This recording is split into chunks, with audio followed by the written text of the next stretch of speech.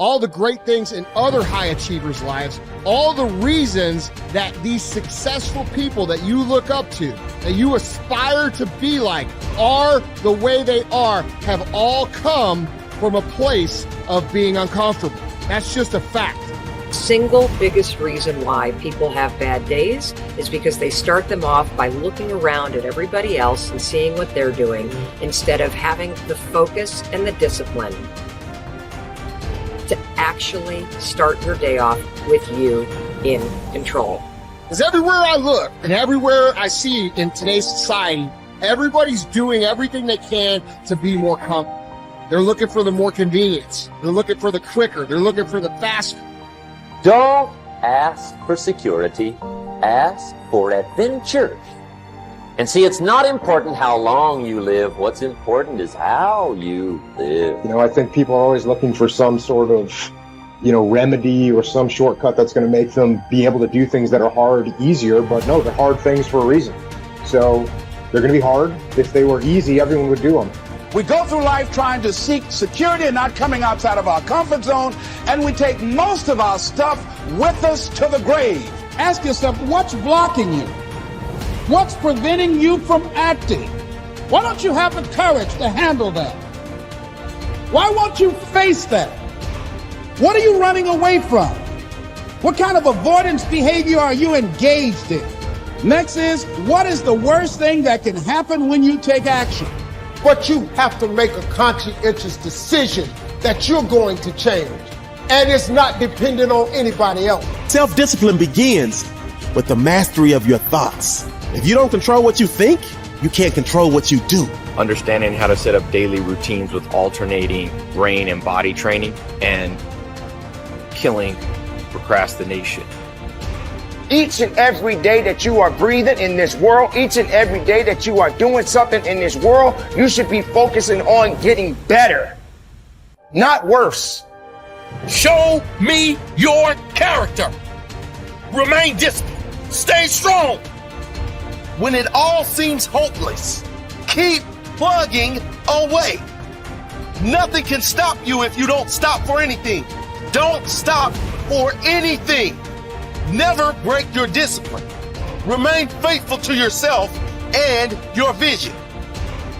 You should be understanding that, hey, I can't be this same person on a day in, day out type of way.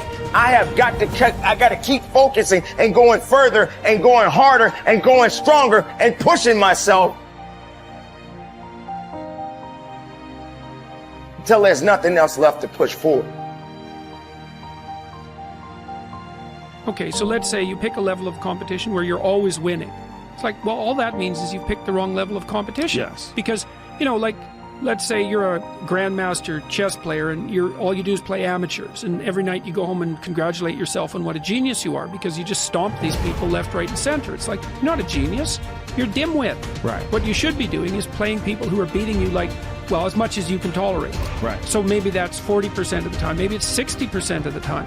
But that way, because to be a winner, you want to be disciplined, you want to know what you're doing, and then you want to be on the edge where your skills are being developed. And if you're going to be on the edge where your skills are going to be developed, you're at a place where losing is always a possibility, because otherwise you're not pushing yourself beyond your current capacity. And so one of the things that I've outlined in 12 Rules for Life is a theory of meaning. Because meaning, as far as I'm concerned, the sense of meaningful engagement is the antidote to malevolence and suffering, essentially. Because you want to have a life that's so engaging that you think, despite the fact that I'm limited and that we're mortal and that life is tragedy and there's evil in the world, despite all that, this is worth doing. And I think that there's a technical meaning that genuinely exists, and that's the meaning that you get when you're in a domain where you have some discipline and some skill. So you're laying out your competence and your ability, but you're simultaneously pushing yourself to develop past where you are. That's really engrossing. What that is doing is expanding your competence. And so life is suffering and betrayal in many senses of the word. But you can adopt a way of traversing through life that is more powerful than the tragedy and the malevolence. It is hard to have the success you want. It's hard to have a jet and freedom and extra houses. And it takes hard work and it takes time.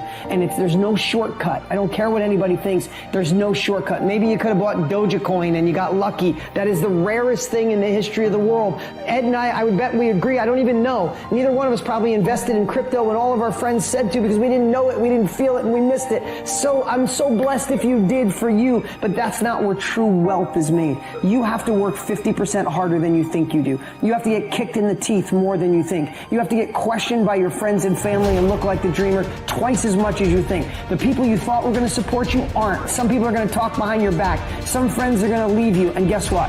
It's worth every freaking penny. It's worth every moment, every disappointment. There was a gentleman named David Kekich.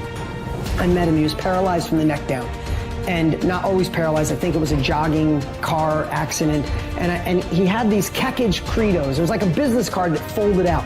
And one of his Kekich credos, to make him positive, most positive guy you ever met, couldn't move anything below his neck, one of them was, living the hard way is easy, and living the easy way is hard. So before I answer this about multiple streams of income, I think it's really important I tell you this. Living the hard way makes it easy. I could blame a lot of people. And that's the book I was reading. And I put it off on everybody else. It wasn't until I said, you know what? For me to fix this, I gotta read what the f wrong with David God. Not blame anybody. Read my book. It's okay. I'm afraid of my shadow. How can I overcome that? Go in the military, get your ass kicked, do things you hate to do, be uncomfortable every day of your life. Roger that. I'm not the smartest kid in the world. Okay. Instead of somebody saying, oh no, you're smart. No, don't say that to yourself. I said to myself, no, I'm a dumb motherfucker. Okay, roger that. How you get smarter? Educate yourself. So the things that we run from, we're running from the truth. We're running from the truth, man. So the only way I became successful was going towards the truth. As painful and as brutal as it is, it changed me. It allowed me to become, in my own right, who I am today.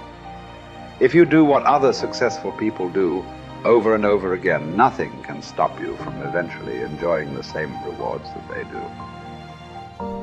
But if you don't do what successful people do, nothing can help you. Success is not an accident. Sadly, failure is not an accident either. You succeed when you do what other successful people do over and over until these behaviors become a habit. Likewise, you fail if you don't do what successful people do. In either case, nature is neutral. Nature does not take sides. Nature doesn't care. What happens to you is simply a matter of law. The law of cause and effect. You can look at yourself as a machine with a default mechanism. Your default mechanism is the almost irresistible attraction of the expediency factor. In the absence of self-discipline, your default mechanism goes off automatically. This is the main cause of underachievement and the failure to realize your true potential. When you are not working deliberately, consciously, and continuously to be and have those things that constitute success for you, your default mechanism is at work. You end up doing those fun, easy, and low-value things in the short term that lead to frustration, financial worries, and failure in the long term. One of the most important requirements for success, once you have decided what it is that you want, is the quality of willingness. Successful people are willing to pay the price, whatever it is and for as long as it takes, until they achieve the results they desire. Everyone wants to be successful. Everyone wants to be healthy, happy, thin, and rich. But most people are not willing to pay the price.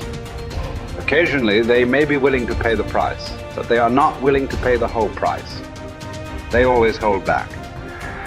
They always have some excuse or rationalization for not disciplining themselves to do everything that they need to do to achieve their goal. How can you tell when you have paid the full price of success? It's simple. Look around you. There it is. You can always tell how much of the price of success you have paid by looking at your current lifestyle and your bank account. By the law of correspondence, Your outer world will, like a mirror, always reflect the person you are and the price you have paid on the inside.